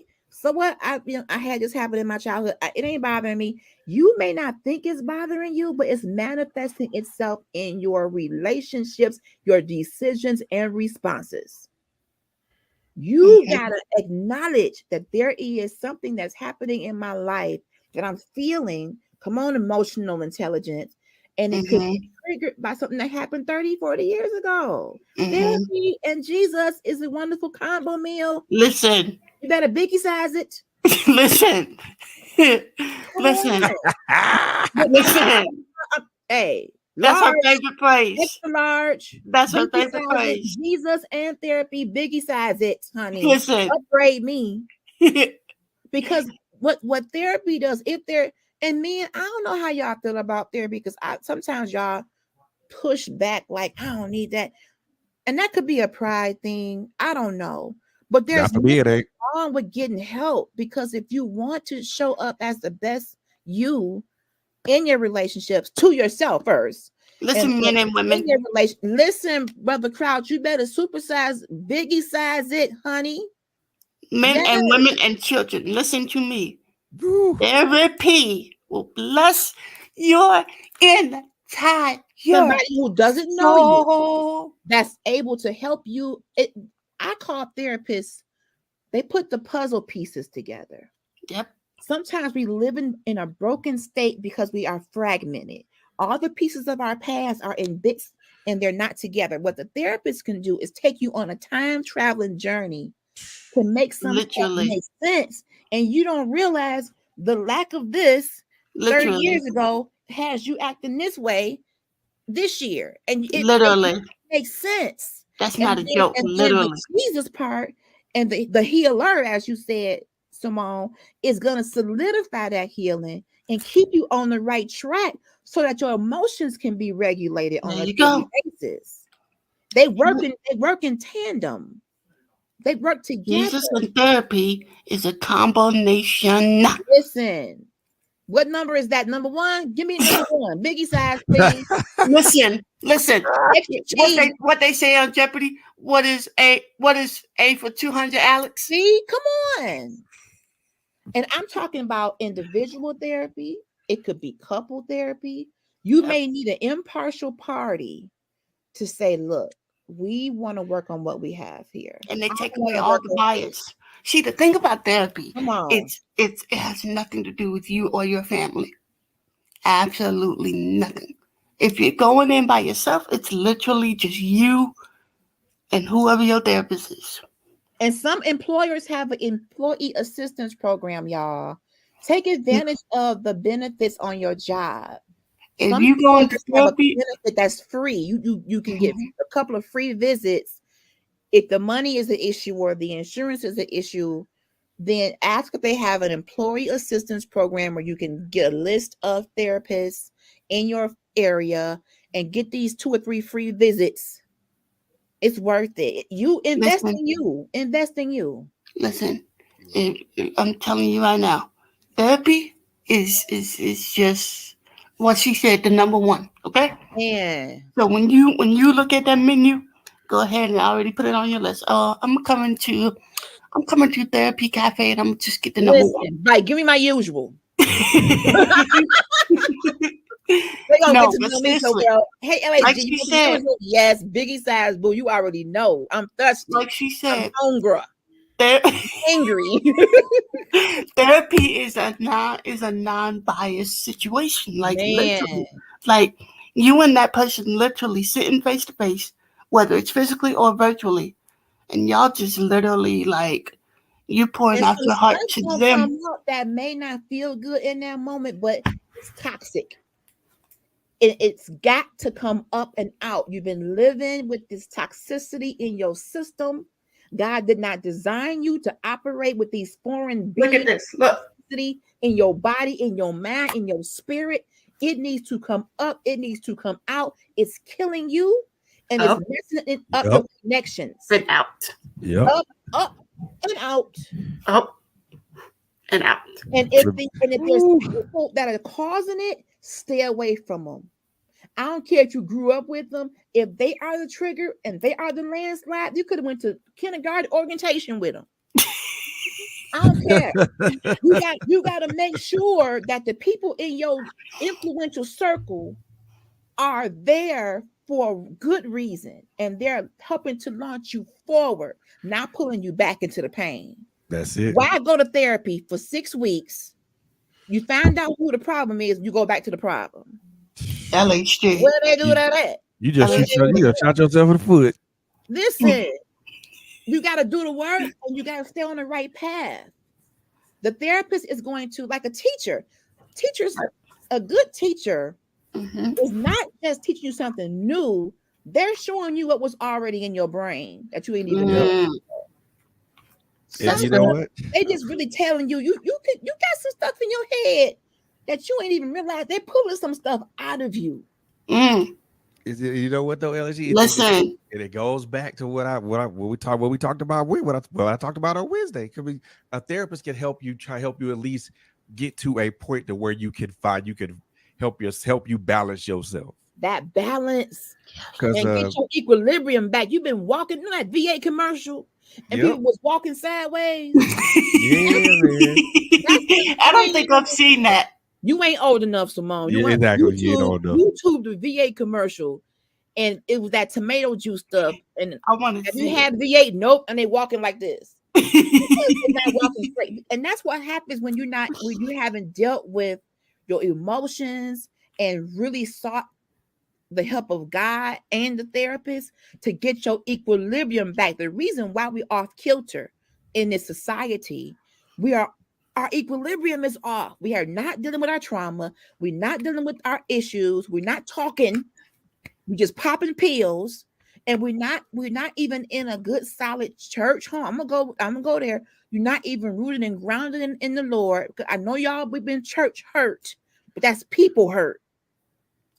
Commit to God. He'll never fail you. Never. Feelings. The preacher may hurt your feelings, but commit to God. This journey of emotional intelligence really is not solidified without God. Sean, he created you and created emotions. We have some comments down here. Is it Sean? I want to say her name wrong. Shawan. She said, I personally carried over 20 years of unforgiveness, pain, and unsolved hurt that literally made me sick. Oh. Ooh, literally. Where do you think a lot of mental illness comes from? Yep. She said you have to be tired of you have to get tired of being sick and tired. You have Word. to reach. Sometimes that rock Word. bottom is your friend.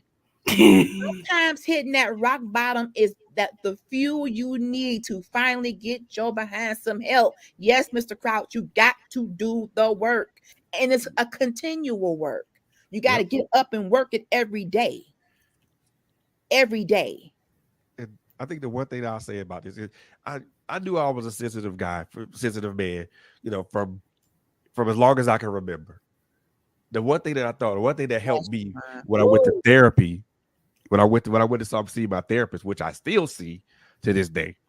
Come on. It helped me realize why I'm hardwired that way, why I'm hardwired this way. Okay. It help me realize why I'm hardwired that way. It is not because of it's mostly because of what I saw my parents do, what I saw them do towards each other with each other, but also what I saw my father and my mother do with people around them and how they cared about each other. You know, so that's one of the reasons. That's one of the ways. That's one thing that made me realize that I'm hardwired that way. But also for me, also the other thing is that I'm very, very sensitive around.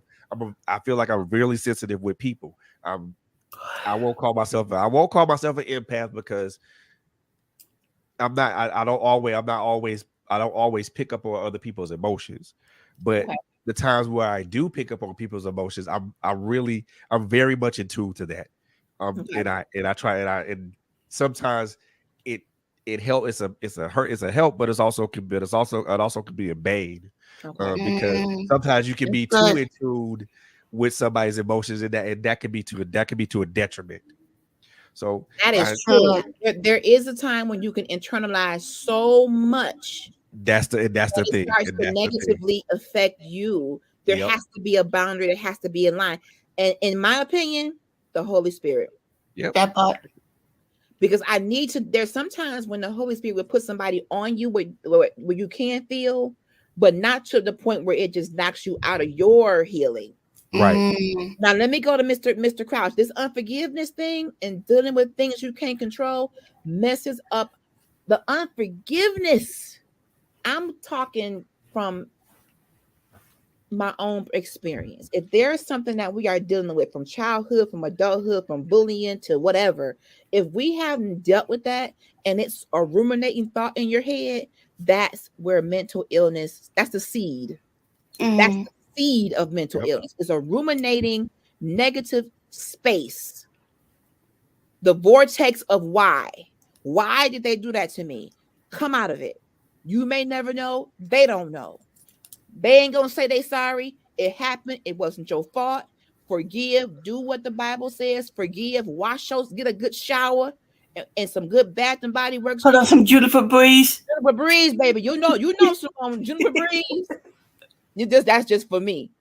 Or stress relief spread in the air and cleanse yourself. I actually want to try that Juniper Breeze. It's a retired fragrance. You got now that you keep saying that, honey. You got to find it online, baby.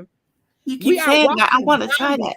Yes, you have to be mindful, Shawan. When you start internalizing, and empaths do this, you can walk past somebody or hug somebody, and you start to feel so much. You're gonna have to back out to be balanced, because you will land in a hospital. So many people are hurting.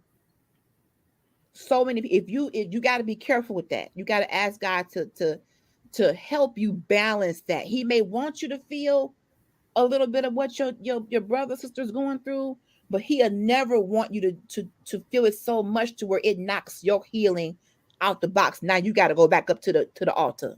Yep. All over again and lay out and just cover yourself with a good blanket and just lay out. You didn't just felt everything. That has to be kept in perspective, because that can be woo. Mr. Krause says unforgiveness cause alcoholism and drug addicts. My mom was a drug addict because she never forgave the person that shot and killed her best friend. Oh, wow. Mr. Krause, that's deep. This is what unforgiveness does. Make a decision to learn so you can live. We got to get out of here, y'all. It's 10 o'clock. That's a good place to land. Sensitive men, we love you. That's a lot. You have every right to be sensitive and human. Sensitivity is a part of the human experience. It wasn't designed for women only. It's a part of being human. You can cry, you can feel, you can love, you can commit, you can do all those things, but we all need to forgive. Unforgiveness can be the root of so many things. Yes, it can. It festers because what happened with me was I needed to know why I wasn't protected, or why this didn't happen, or why this person left. And there may never, and no real answer would ever suffice. So you're in this vortex of ruminating thoughts. And that's the part where we get stuck on. We want to know. Yes, we want to know. We why. want to know why. Like, why did this guy do me the way he did? Right. Did my mom do me the way she did, or this, that, and the third? And we're stuck on that why. And it's like, are we gonna ever get an answer? And you may not. And if you get one, it may not make sense. Mr. Absent says we should always forgive but never forget. People say forgive and forget. I don't know how to forget, because I feel like I can forgive, but I will not accept that same behavior. I will govern myself accordingly. For example, a creditor can say, I'm gonna settle the account with you, but go get another credit card with them. They're like, denied. The last one was settled, but you still risky, honey. You still not a good steward. They don't forget. The debt is charged off. I'm gonna forgive you for the debt, but I'm not gonna give you another credit card for you to no more credit cards for you. So you can forgive, but the forgetting may not. But question. If we don't forget, are we really forgiving? Question. That's good. Hey, that's a whole nother show. Really? I feel like if I forget, now God is different. He can cast it into the sea of forgetfulness. Me, I can forgive you. I can be around you to a point, but you hurt. I don't want to ever go backwards. I want to be so. I think the problem is with us, especially this culture, we don't want to forget. We may not want to. We forgive. Well, wait, hold on. Why not? We say we forgive, but then we turn around and something happens and we turn it back on you.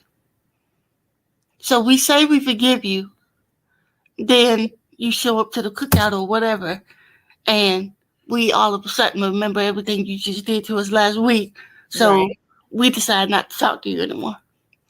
But it's situational for me.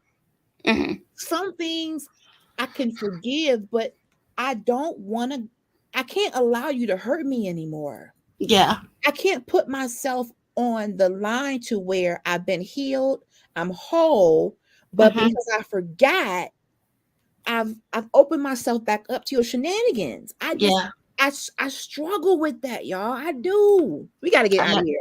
We're going to do a part two. We're going to do a part two, y'all, because this was so good. I want to thank my CEO, Fred. Thank you, Simone. Thank you, Colin. Thank you, Mr. Crouch, Shawan. Thank you, everybody. The operative word is want. Yes. We're going to do part two. So remember, tomorrow it won't be a show. We did it tonight. So don't come on looking for me tomorrow. I got me a date. I cannot be late. Date. So, you know what? we did it tonight. I can't with you. Right. I'll be back on Tuesday for Girl Chat Weekly, though. We're going to go back into femininity. I want to thank you all for being with me tonight. This is a very good topic. I want us to be able to cohabitate as men and women in relationship and understand each other down deep to the white meat. I want us to be able to love better and love deeper and love stronger. I got to get out of here. I love you all. Have a good night. Subscribe. Love you. Help us get to 100 subscribers on Places Radio.